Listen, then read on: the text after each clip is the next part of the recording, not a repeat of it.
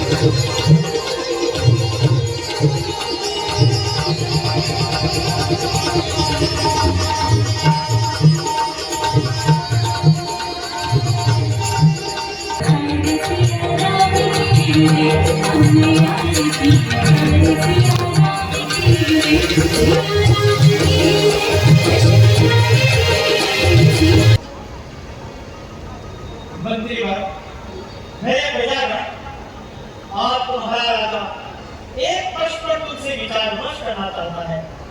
मेरा चौथा पन आ गया है। मैं किसी प्रकार में अपने आपको राजा बनने के योग्य नहीं समझता। मैं ये चाहता हूँ कि राम को राजपद देकर अपना बाकी समय आत्मचिंतन में व्यतीत करूं। आप लोगों का क्या विचार है? महाराज, श्री राम वीर, शील और धैर्यवान है। सारी प्रजा शीघ्र ही उनको राजा के रूप में देखना चाहती है। बोलो राजा रामचंद्र की, बोलो राजा रामचंद्र की।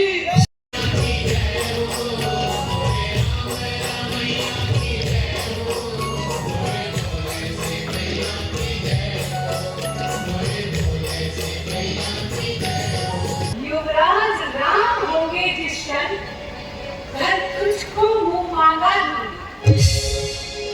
हे मंत्रा, मैंने तुझे जो कुछ भी कहा है वह केवल शिक्षा देने के लिए ही कहा है और तुझ पर तो मुझे स्वप्न में भी क्रोध नहीं आता।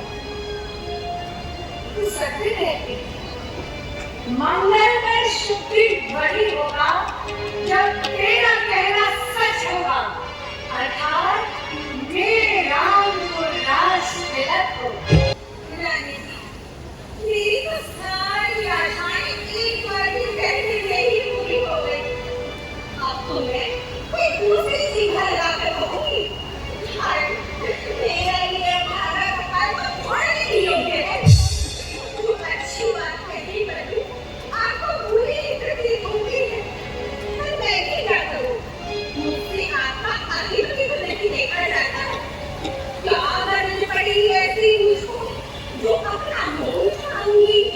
दोनों में राजा कोई हो, मैं तो दासी कहलाऊंगी। मैंने कर्तव्य किया पूरा, अब कर्म नाम जो खाया है, इसलिए भरता कहता है, मैंने तुमतक बोझ खिलाया है। यदि तुम इस रण में हार गई, तो घर रहेगा दासों में, रखेगी तुमको कौशल्या, दासी समान रनिवासों में। ऐसे गर्भ जीवन पर इन कला समझते पत्थर है, अधिकार नहीं, सम्मान नहीं, तो मर जाना ही बेहतर है। दासी, तू सत्य कहती है, मेरी नित्य प्रति दाढ़ी में आग भड़कती है और रात को बुरे बुरे स्वप्न भी आते हैं। दासी तू सच सच कहती है, तेरी मति की बलिहारी है आपसे भरत ऋणी तेरा, तू ही उसकी महतारी है। कुछ सीधी तेरी समझा था कि राम भरत की जोड़ी है। दासी तुझ पर वारी जाऊं, दीवार दीवार कपट की तोड़ी है। दासी सत्य है, मैं तेरे कहने पर सब कर सकती हूँ। मैं तेरे कहने पर अपने पति और पुत्र दोनों का त्याग कर सकती हूँ। अब तुम ही मुझे कोई उपाय बता, तुम ही कोई उपाय बता। अच्छा, एक उपाय बताती हूँ। आपको याद है, आपने मुझे एक बार की कथा सुनाई थी। कौन सी कथा? महाराज पर आपने 2 वरदान धोकर थे। महाराज उन दोनों वरदानों को महाराज से मांग क्यों नहीं लेती? पहले वरदान में भरतलाल को राज्य और दूसरे वर में राम को राजा का सोना बना। अरे उठो उठो, सारे श्रृंगार करो, तो धूल खुशी हो रानी। अरे क्या संकट है, क्या पीड़ा है, क्या इच्छा है, मानो रानी। मैं कौन तुम्हारी होती कि मुझे सताने आए हो और मेरे अपने वो स्वार्थवाद प्रत्यक्ष मनाने आए हो। इस तक में कौन हुआ किसका संपूर्ण देखने की चाहत है बड़ी तुम्हारी प्राण प्रिया जिससे पूरी अपनाया है। तुम कहते हो मांगो रानी, ये जान मांग पर मिटती है। बिन मांगे मोल भी मिटते हैं राजन, मांगे से भीख न मिटती। अच्छा जो मांग शीश पर है, देखिए मांग क्या देती है। बिखरे वालों को मांग सदा हाथों से पर्वत देती है। अच्छा ये कविता जाने दो, बदनाम को क्यों रुकी हो, सावधान तुझे कही रानी। बोलो बोलो क्यों रुकी हो? अच्छा तुम मेरी स्वामी हो, मेरा मन रखने वाले हो, रघुवंशी हो, सत्यवादी हो, मन पालन करने वाले हो। प्राणेश धर्म है पुरुषों का जो तन पे अपने उन्नते हैं। रणवीर वही कहलाते हैं जो कहते हैं सो करते हैं। चाहे हो जाए मित्र शत्रु, चाहे संसार पलट जाए, सर कट जाए तो कट जाए, पर वचन वचन नहीं जाने पाए। क्या तुम्हें है महाराज, कुछ याद तुम्हें है महाराज, तो पर है वो वरदान करूं, वो ही मेरा धन मुझको दो, यदि बनते हो धनवान करूं।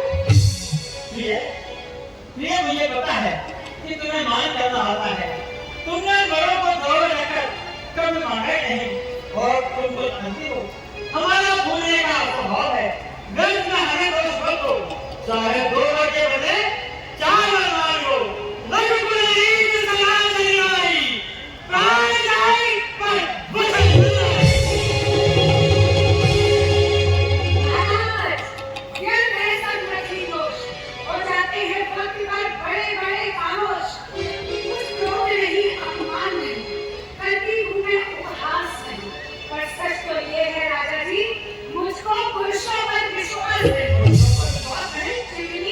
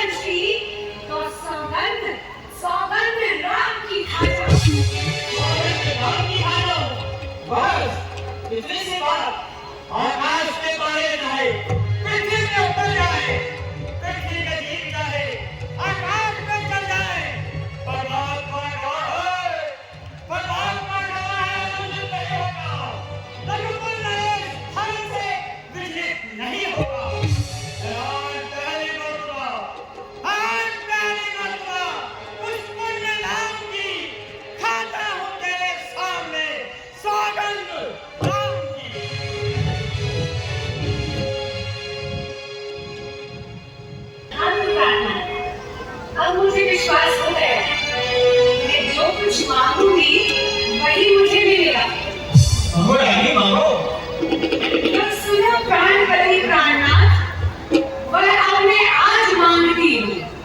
कौशल्या नंदन के बदले मेरी सुख और राज चाहती।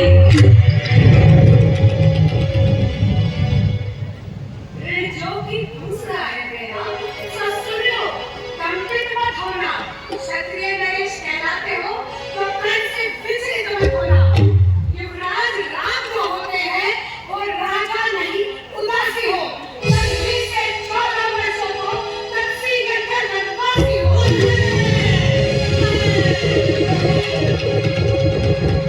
पिताजी, क्या हो गया पिताजी?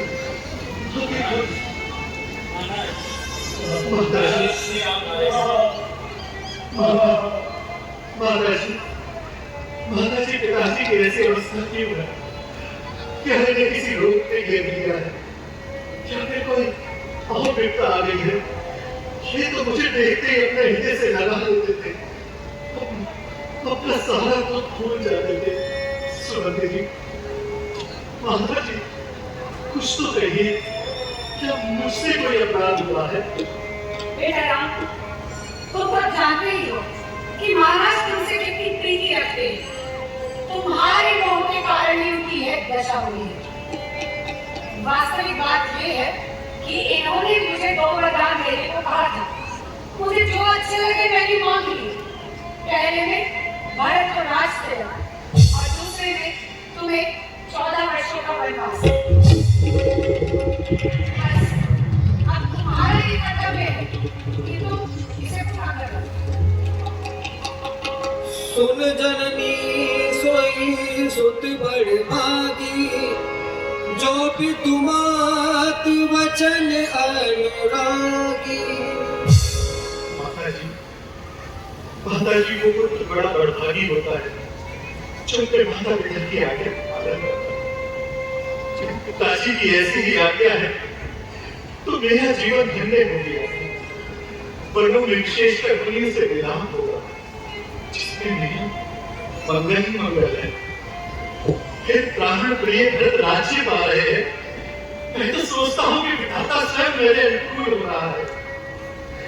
तो तुमसे केवल इस बात का हो रहा है कि थोड़ी सी बात के लिए पिताजी इतना शोक कर रहे हैं। मुझे विश्वास नहीं होता माता, मुझे विश्वास नहीं होता। बेटा राम, मुझे तुम्हारी और भरत की सौगंध, इसके अलावा मैं और कोई कारण नहीं जानती।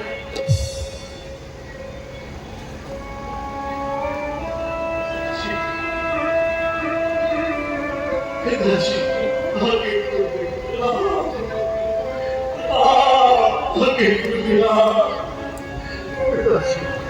आप थोड़ी सी बात के लिए इतना दुखी हुए। आप मुझे हर्ष के साथ विदा दीजिए। अब मैं आपको प्रणाम कर माताओं से विदा लेकर वनों को चाहता हूँ, वनों को चाहता हूँ।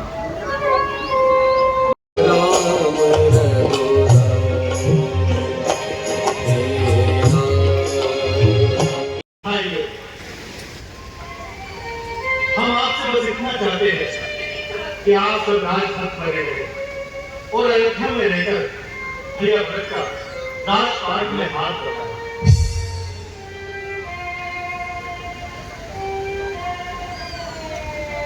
कैसी अयोध्या, किसकी अयोध्या, कौन रहेगा अयोध्या में? हमारी तो वही अयोध्या है जो प्रभु श्री राम के शरण करते हैं। हे प्रभु, आपके बिना सारी अयोध्या मरकट के समान है और नगरवासियों का जीवन दुख की खान है। अब हम सब यही विश्राम करेंगे और प्रातःकालीन आगे की ओर प्रस्थान करेंगे। चलिए प्रभु के लिए सन कहो सुप्रीति, भोज मारि रथ हाकौ ताता, आन उपाय बनहि नहीं बाता। सुनंदी जी, अपने हाथ पर अड़ी है और इन्हें अपने साथ वनों में ले जाना निश्चित है। इसलिए आप रथ को आगे की ओर ले चलिए। प्रजा के लोगों को छोड़ना नहीं उचित होगा।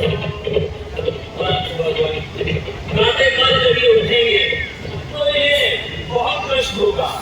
नहीं सुनत जी, ये सब समझ जाएंगे और अपने अपने घरों को लौट जाएंगे। अन्यथा इनके परिवार की क्या दशा होगी। इसलिए आप रथ को आगे की ओर ले चलिए। जैसी आज्ञा।